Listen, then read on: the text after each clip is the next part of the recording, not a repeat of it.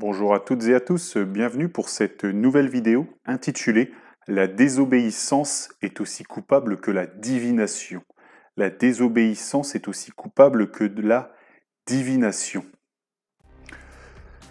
Le premier livre de Samuel nous dit, en son chapitre 15, versets 22 à 23, premier livre de Samuel, chapitre 15, versets 22 et 23, l'obéissance vaut mieux que les sacrifices, et l'observation de sa parole vaut mieux que la graisse des béliers. Car la désobéissance est aussi coupable que la divination, et la résistance ne l'est pas moins que l'idolâtrie et les théraphim. Cette phrase inspirée du Saint-Esprit a été prononcée par le prophète Samuel envers le roi Saül. Nous allons voir aujourd'hui que toutes les bonnes intentions du monde ne vaudront jamais plus que l'obéissance à la parole, à la Bible. Dieu demande premièrement l'obéissance à l'évangile de Jésus-Christ, l'obéissance à l'évangile du pardon des péchés au moyen de la foi qui est en Jésus-Christ. Alléluia.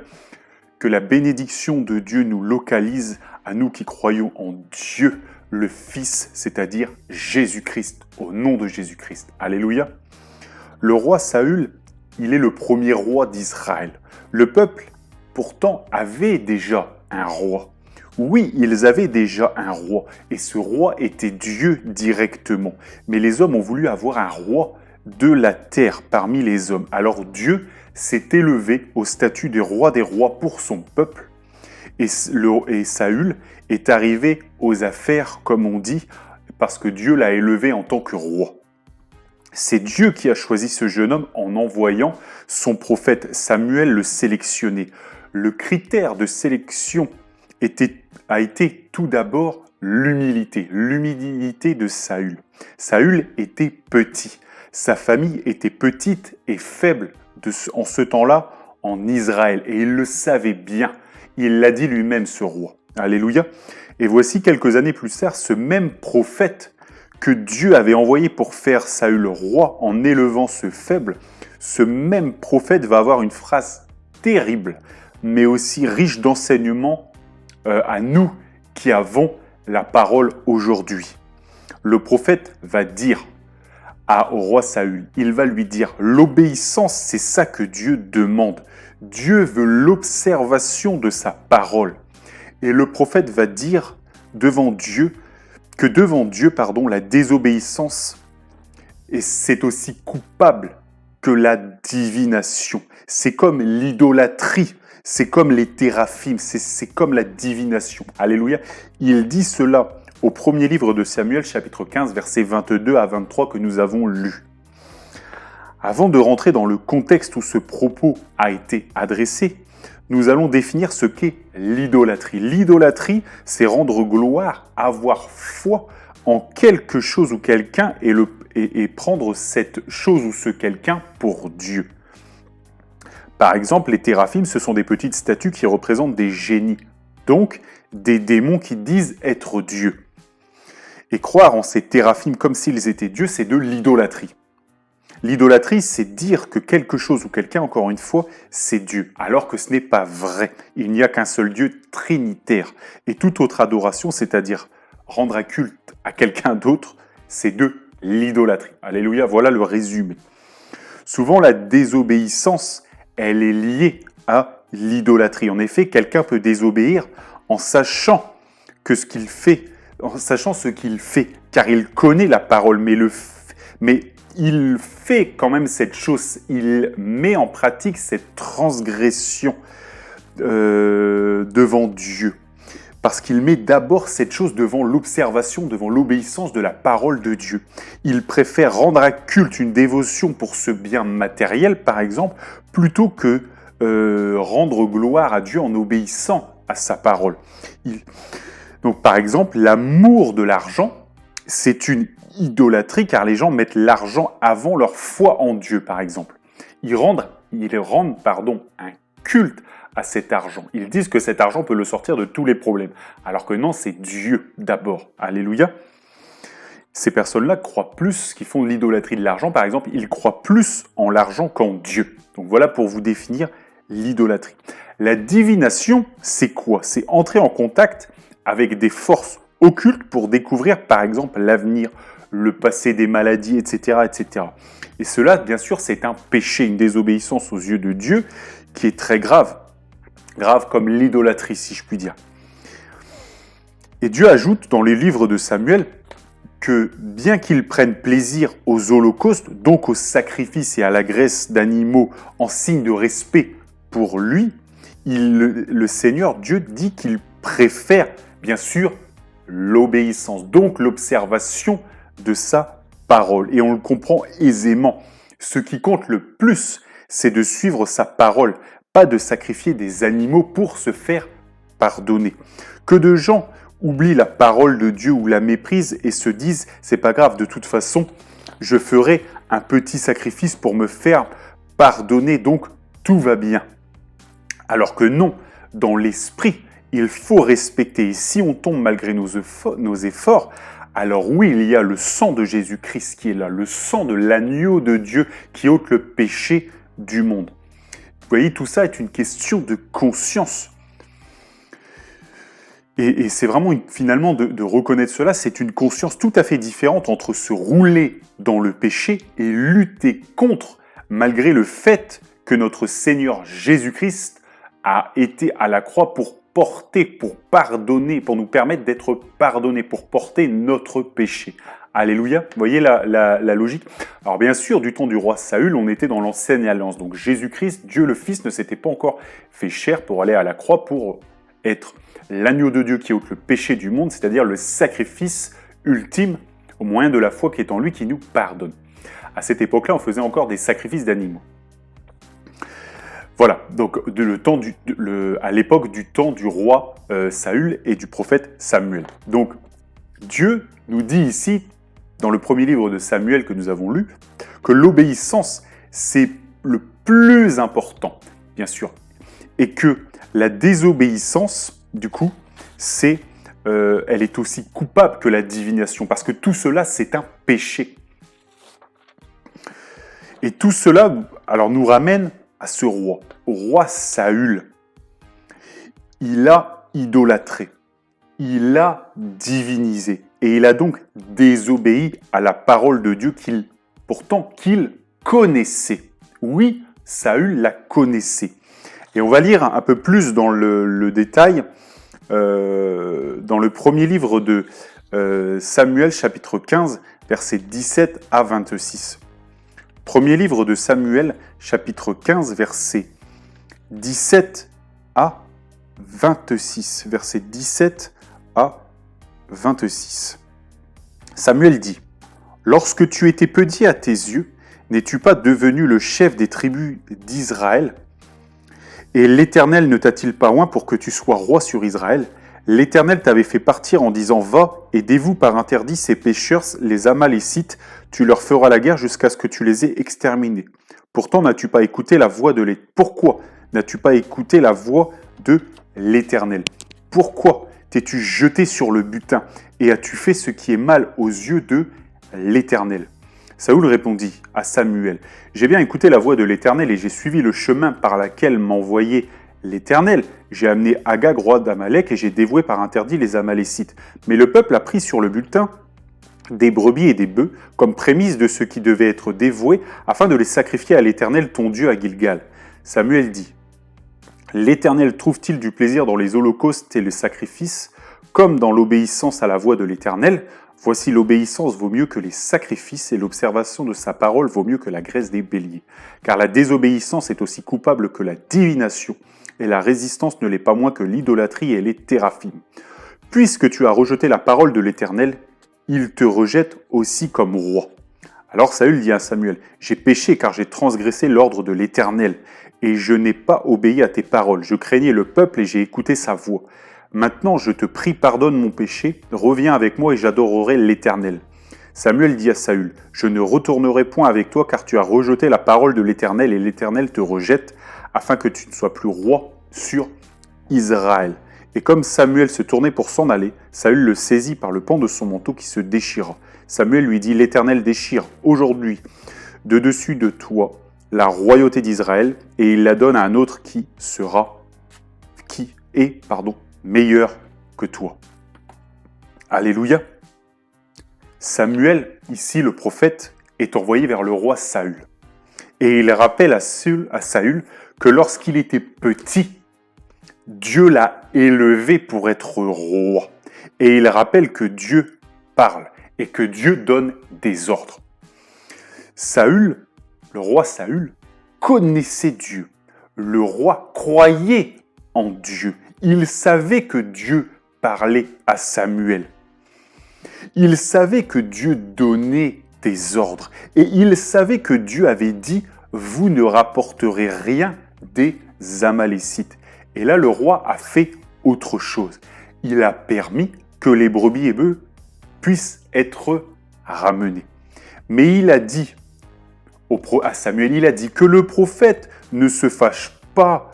On va faire des sacrifices. Ça va être merveilleux. Samuel, tu vas voir. Ne prends pas trop à cœur cette affaire, ainsi de suite. Vous voyez ? Et Samuel va être tranchant comme un rasoir face à cette défense du roi, face finalement à ce manque de respect, ce manque d'obéissance. Samuel va être tranchant. Il va lui dire « La désobéissance est aussi coupable que la divination ». Il va lui dire « Dieu prend plus plaisir dans l'obéissance que dans les sacrifices. C'est mieux aux yeux de Dieu. L'obéissance d'abord. » Le roi Saül a entendu ces paroles. Et il va dire « J'ai péché. J'ai eu peur du peuple. Viens, je vais aller me prosterner devant Dieu et tout ira bien. » Alléluia. Mais pas de chance pour Saül, tout n'ira pas bien. Saül connaissait Dieu, il connaissait sa parole, sa volonté. Et il pensait qu'en se cachant derrière quelques sacrifices et en se prosternant face à Dieu, il serait pardonné sans conséquence. Le roi Saül, c'est comme les chrétiens aujourd'hui, certains qui se vautrent dans le péché la semaine et le samedi soir, et le dimanche matin, ils vont à l'église pour demander pardon. Saül, le roi, il a méprisé la volonté de Dieu sciemment et il cherche là à se rattraper. Mais Dieu va le rejeter et rejeter la royauté de sa tête qui passera au roi David. Et les soi-disant chrétiens peuvent aussi se faire rejeter comme lui. Il faut se tenir en garde. Ça nous parle, tout ça finalement, ça renvoie à cette idée des vierges sages et des vierges folles. Et les vierges folles qui sont restées dehors. Toutes ces femmes, elles se disent vierges, et donc l'église de Dieu. Mais les folles sont restées dehors. Elles sont rejetées par le Seigneur. Et ça, c'est tellement triste. Et c'est aussi une grande leçon. Dieu est amour et miséricorde. Mais Saül, Saul le croyant, il a méprisé la parole et la volonté de Dieu. Il a voulu manipuler les sacrifices à son profit pour apaiser Dieu comme le faisaient finalement les païens à l'époque avec certains démons. Mais Dieu a dit hors de question, la royauté et la bénédiction que j'ai mise sur ta tête, je la reprends. Tu ne seras plus roi. Tes enfants ne garderont pas la royauté. Cette royauté t'est retirée et elle est donnée à quelqu'un qui est meilleur que toi. Ça veut dire quoi meilleur que le roi Saül? Ça veut dire quelqu'un qui a du respect pour Dieu. Ça veut dire quelqu'un qui a égard à la parole de l'Éternel. Ça veut dire quelqu'un qui cherche à obéir à Dieu et qu'il ne se vautre pas dans la désobéissance comme l'a fait le roi Saül. Le roi Saül aurait pu se battre pour devenir meilleur après cet échange avec le prophète. Il aurait pu, mais il a décidé d'éloigner son cœur de Dieu et de l'obéissance à sa parole. Il n'a eu de cesse de poursuivre David pour le tuer, car Dieu lui avait transmis la royauté. Dieu a laissé du temps au roi Saül pour se repentir et revenir de sa mauvaise voie, parce que la royauté, Dieu ne l'avait pas donnée immédiatement à David. Il y a eu des années et des années où Saül était encore roi en Israël. Mais le roi Saül n'a pas saisi cette opportunité. Saül s'est entêté dans le péché plutôt que de revenir à Dieu, à l'obéissance à sa parole. Et ça, c'est triste. Son cœur, quoi qu'il a pu en dire, son cœur était éloigné de Dieu. Et les prochaines années, tous ses actes n'ont fait que le démontrer. Et peu avant sa fin, peu avant de mourir, le roi Saül, il a même été jusque le péché de la divination. Il a été voir une sorcière pour qu'elle le fasse entrer en contact avec le prophète Samuel qui était mort et qui du coup était dans le monde invisible, dans le monde des esprits. Alléluia. Et donc du coup il a été jusque là, jusque ce péché. Alors il a été voir le prophète alors qu'il savait, parce qu'il connaît la parole de Dieu, il savait que Dieu n'aime pas ça, Dieu ne veut pas ça. Pour Dieu, cela est péché.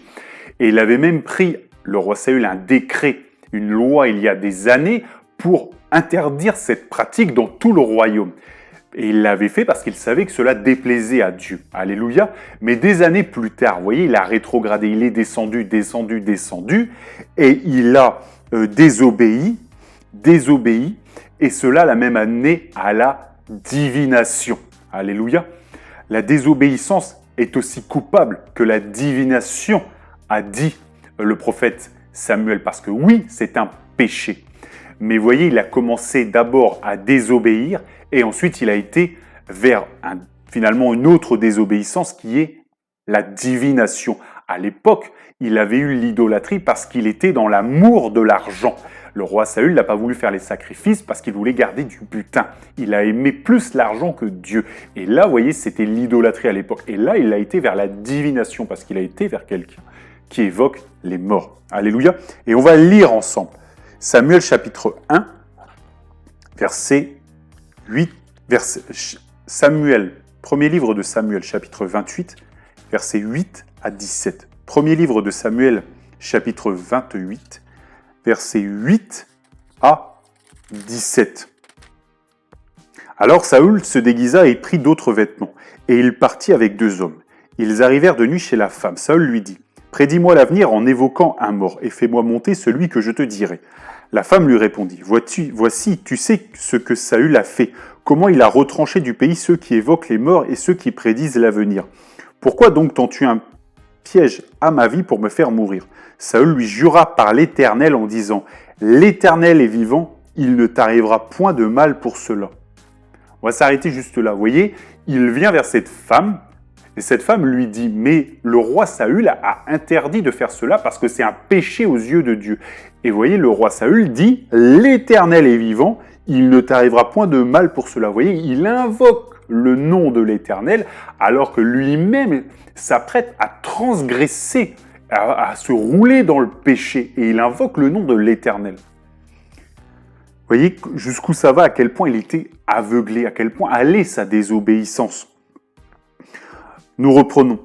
La femme dit, que veux-tu que je fasse? Qui veux-tu que je te fasse monter? Il répondit, fais-moi monter Samuel. Lorsque la femme vit Samuel, elle poussa un grand cri et elle dit à Saül, pourquoi m'as-tu trompé? Tu es Saül. Le roi lui dit, ne crains rien, mais que vois-tu? La femme dit à Saül, je vois un Dieu qui monte de la terre. Il lui dit, quelle figure a-t-il? Et elle répondit, c'est un vieillard qui monte et il est enveloppé d'un manteau. Saül comprit que c'était Samuel et il s'inclina le visage contre terre et se prosterna. Samuel dit à Saül, pourquoi m'as-tu troublé en me faisant monter? Saül répondit, je suis dans une grande détresse. Les Philistins me font la guerre et Dieu s'est retiré de moi. Il ne m'a répondu ni par les prophètes ni par des songes. Et je t'ai appelé pour que tu me fasses connaître ce que je dois faire. Samuel dit, pourquoi donc me consultes-tu, puisque l'Éternel s'est retiré de toi et qu'il est devenu ton ennemi? L'Éternel te traite comme je te l'avais annoncé de sa part. L'Éternel a déchiré la royauté d'entre tes mains et l'a donnée à un autre, à David. Et il ajoute même, tu n'as point obéi à la voix de l'Éternel et tu n'as point fait sentir à Amalek l'ardeur de sa colère. Voilà pourquoi l'Éternel te traite aujourd'hui de cette manière. Alléluia. Vous voyez, il est question d'obéissance. Il a dit, tu n'as pas obéi. Donc du coup, désobéissance. Saül va se rouler dans le péché, dans la désobéissance. Et il va finir par la divination, dans la sorcellerie. Saül va même parler en disant, t'inquiète pas, il ne t'arrivera rien. Est-il Dieu pour savoir si cette femme ne sera pas jugée par Dieu pour sorcellerie? Car Dieu est la divination et la désobéissance à sa parole. Et la phrase que Samuel avait prononcée il y a des années, la désobéissance est aussi coupable que la divination, résonne comme une prophétie sur la vie du roi Saül. Lui qui a commencé à désobéir sciemment à la parole de Dieu par envie, par appât du gain, il va finir par le faire, ce péché de divination. Vous voyez, il va aller au point, non pas de mettre que des biens matériels à la place de Dieu, il va aller au point d'aller voir une personne et il va se prosterner devant Samuel, pas devant Dieu. Vous voyez, il divinise quelqu'un au lieu de rendre gloire à Dieu. Alléluia. Et un peu plus tard, il mourra, ce roi Saül, lors d'une bataille. C'est pas une petite affaire, la désobéissance. Le péché est premièrement... Enfin, c'est pas une petite affaire, la désobéissance, c'est le péché. Et encore plus, si vous voulez, pour les chrétiens qui connaissent la parole de Dieu, parce qu'eux connaissent la volonté, connaissent ce que Dieu veut, et ceux qui désobéissent, finalement, sont à l'image du roi Saül, qui disent connaître Dieu, mais qui désobéissent sciemment à sa parole. Mon frère, ma sœur, toi qui connais la parole, ne pêche pas et ne fais pas comme le roi Saül, qui a été jusque la divination, mais repens-toi, car comme ce roi aurait pu le faire, il aurait pu se repentir, donc repens-toi et reviens sur le chemin de la désobéissance. Il n'est pas trop tard, mon frère, ma sœur, Dieu t'aime. Prions, mon frère, ma sœur, pour qu'il revienne dans la parole et dans son obéissance pour les personnes concernées au nom de Jésus-Christ. Oui, mon frère, ma sœur, la désobéissance est aussi coupable que la divination. C'est un péché très grave devant l'Éternel. Et le roi Saül, son histoire résonne comme un avertissement à nous qui croyons en Dieu, à nous qui connaissons sa volonté comme le roi Saül. Restons dans le droit chemin de l'obéissance. Et battons-nous pour cela, luttons contre le péché. Alléluia. Que Dieu vous bénisse dans le nom de Jésus-Christ et que toute la gloire lui revienne.